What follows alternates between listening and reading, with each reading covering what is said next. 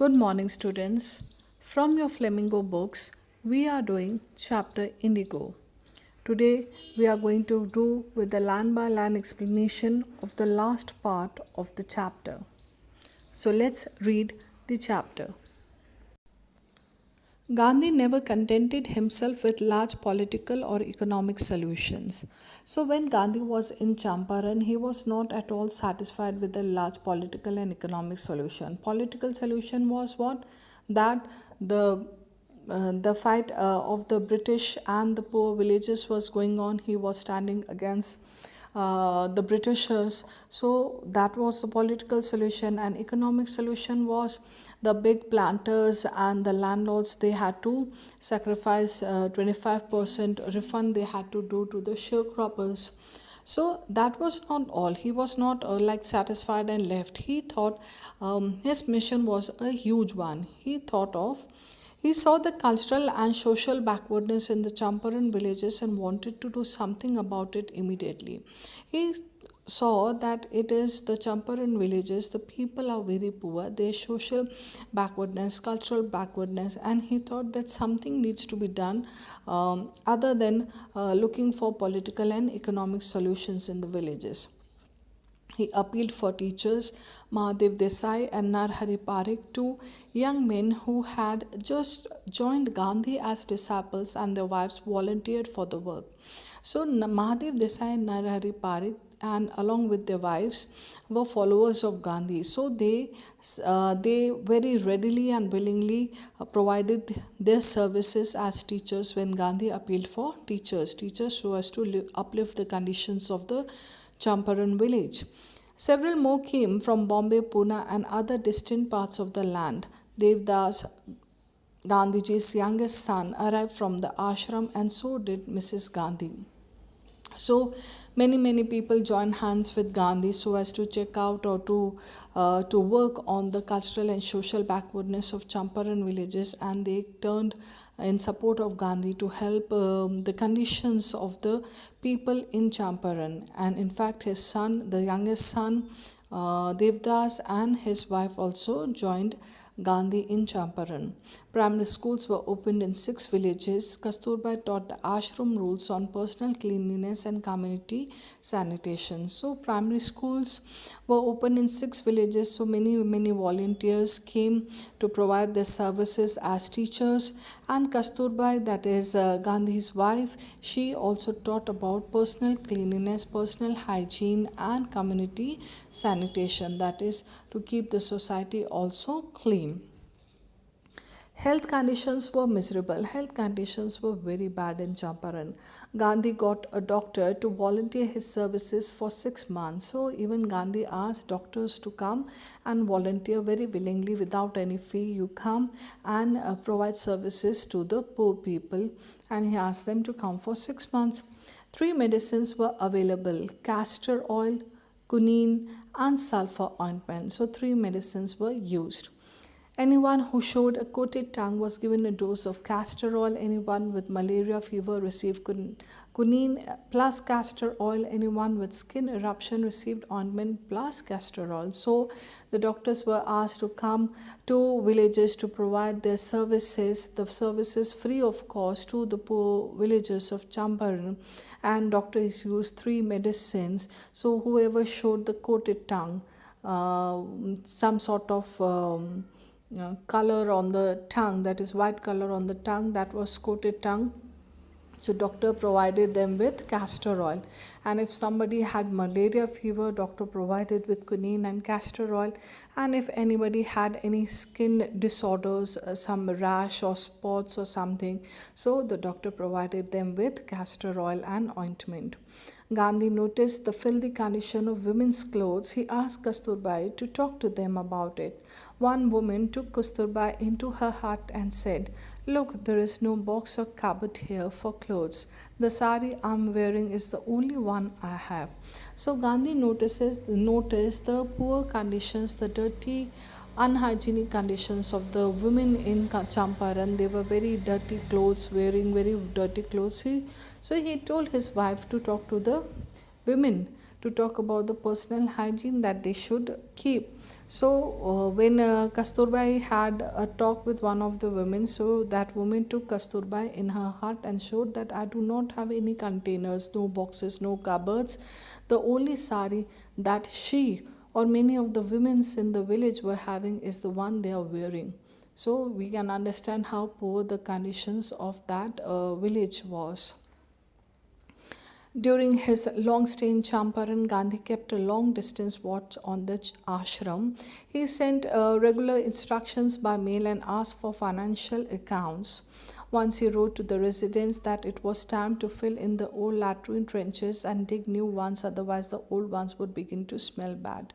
So, though Gandhi was there in Champaran, not only looking for the solutions to the injustice done to sharecroppers, but along with it, he was working on the social and cultural backwardness and looking for the upliftment of the villagers. At that time, he had made sure that he is going to keep a watch also on the ashram, that is Sevagram in Ahmedabad, and he used to regularly give instructions by mail the things that need to be done in ashram, and also kept accounts of the details of expenses and money received, the financial accounts he used to ask them.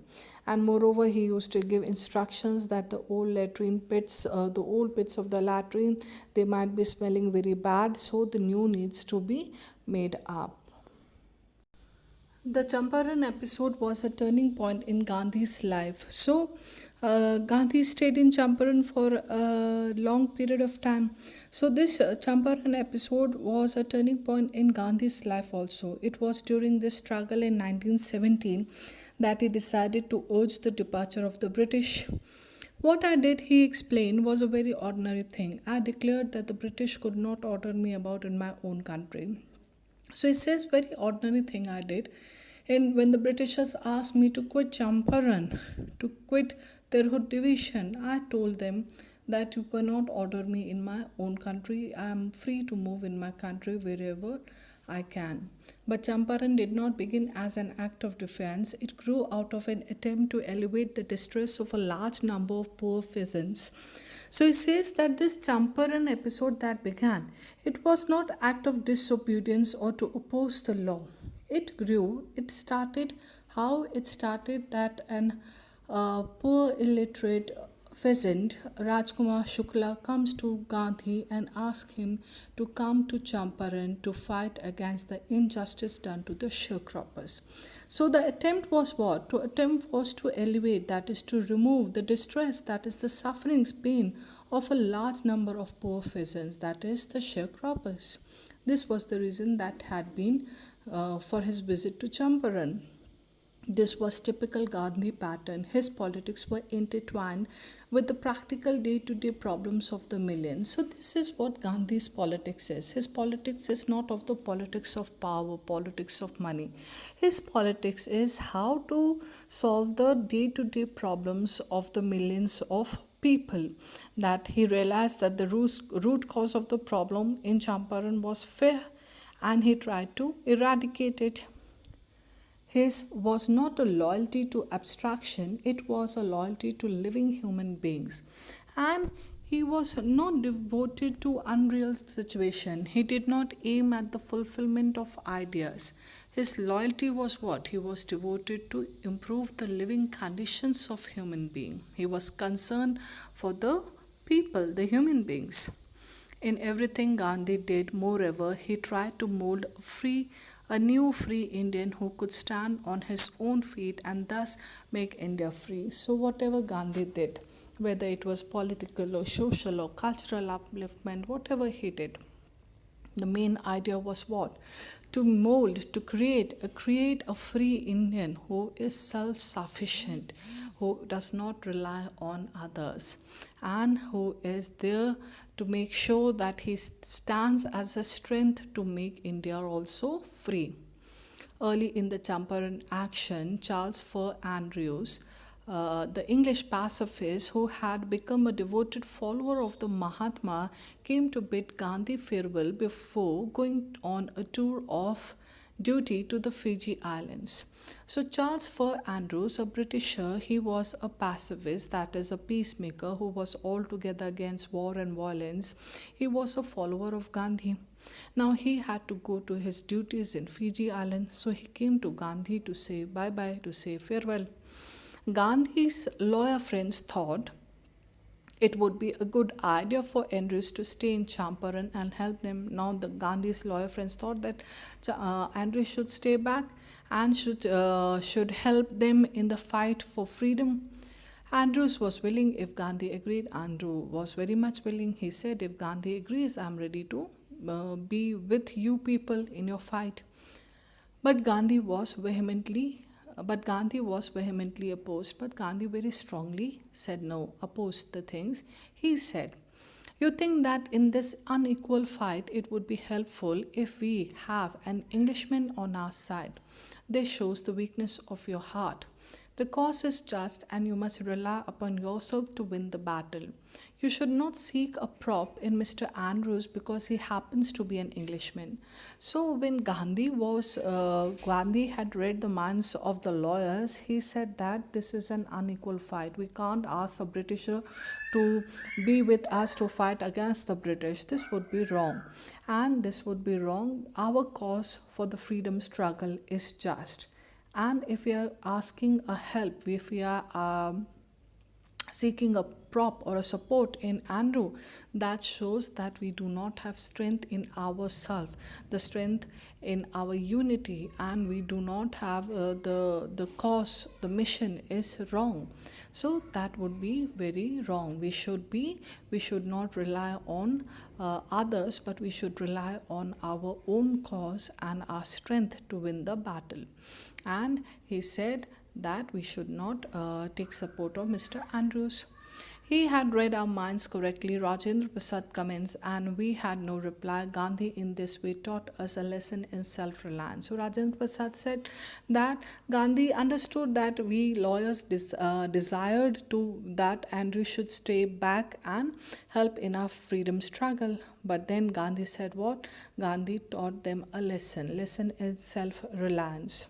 To rely on oneself, to rely on one's strength, to rely on each other's, have faith in each other, in unity, and moreover to rely on the just cause of freedom struggle. Self-reliance, that is Atmanirbhar, self-reliance, the correct word, Indian independence, and help to sharecroppers were all bound together. So all these things, self-reliance, Indian independence, and sharecroppers, the help to sharecroppers, they were all interlinked together.